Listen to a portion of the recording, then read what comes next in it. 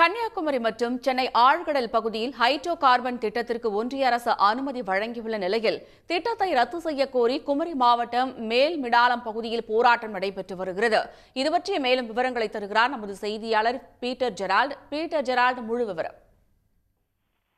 தமிழகத்தில் சென்னை, குமரி மாவட்டத்தில் 3 இடங்களிலே மொத்தம் 4 மண்டலங்களில் ஹைட்ரோ கார்பன் எடுப்பதற்கு மத்திய அரசு என்பது ஓஎன்ஜிசி நிறுவனத்துக்கு அனுமதி என்பது வழங்கப்பட்டிருக்கிறது. இந்த அனுமதி வழங்கி இருப்பது என்று மக்கள் கருத்துக்கு எதிராக உள்ளதாகவும் மக்களுடைய வாழ்வாதாரம் பாதிக்க விடும் எனவும் மீனவர்கள் ஏற்கனவே குற்றம் சாட்டியிருந்தனர். தற்போது இந்த திட்டம் அமல்படுத்தப்படும் பொழுது வெஞ்சு பேங்க் என சொல்லப்படுகிற ஆழ்கடல் பகுதியில் உள்ள மீன் அதிகமாக தங்குகின்ற பவளப்பாறைகள் இருக்கின்ற 200க்கும் மேற்பட்ட மீன் வளங்கள் இந்த ஹைட்ரோ கார்பன் திட்டத்தால் பாதிக்கப்படும். இதனால் மீன் வளம் முற்றிலுமையாக அழிந்து மீனவர்களின் வாழ்வாதாரம் என்பது பாதிக்கப்படுவது மட்டுமில்லாமல் சுற்றுச்சூழலும் இந்த பகுதி பெருமையாக பாதிக்கப்படும். இந்த திட்டம் வந்தால் தங்களுடைய வாழ்வாதாரம் முற்றிலுமாக துளைந்து போகும் என்பது மீனவர்கள் அச்சம் தெரிவித்து வருகின்றனர். இது சம்பந்தமாக ஏற்கனவே இணையம் கடற்கரை கிராமத்தில் போராட்டம் நடத்திய மீனவர்கள் மற்றும் அனைத்து சமூக பொதுமக்களும் இன்று இதுபோன்ற திட்டத்தை எதிர்த்து போராட்டத்தை தீவிரப்படுத்தியுள்ளனர். இதன் ஒரு பகுதியாக மேல்மிடாலம் கடற்கரை பகுதியில் அனைத்து சமுதாய மக்களும் மீனவ பிரதிநிதிகள் இணைந்து இது ஒரு மாபெரும் கண்டன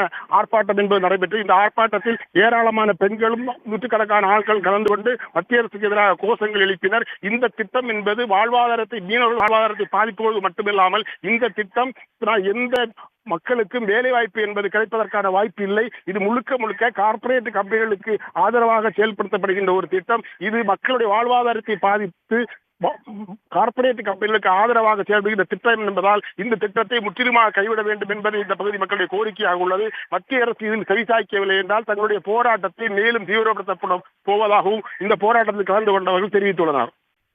விவரங்களுக்கு நன்றி பீட்டர் ஜெரால்ட். உடனுக்குடன் செய்திகளை தெரிந்து கொள்ள சன் நியூஸ் பெல் ஐகானை கிளிக் பண்ணுங்க.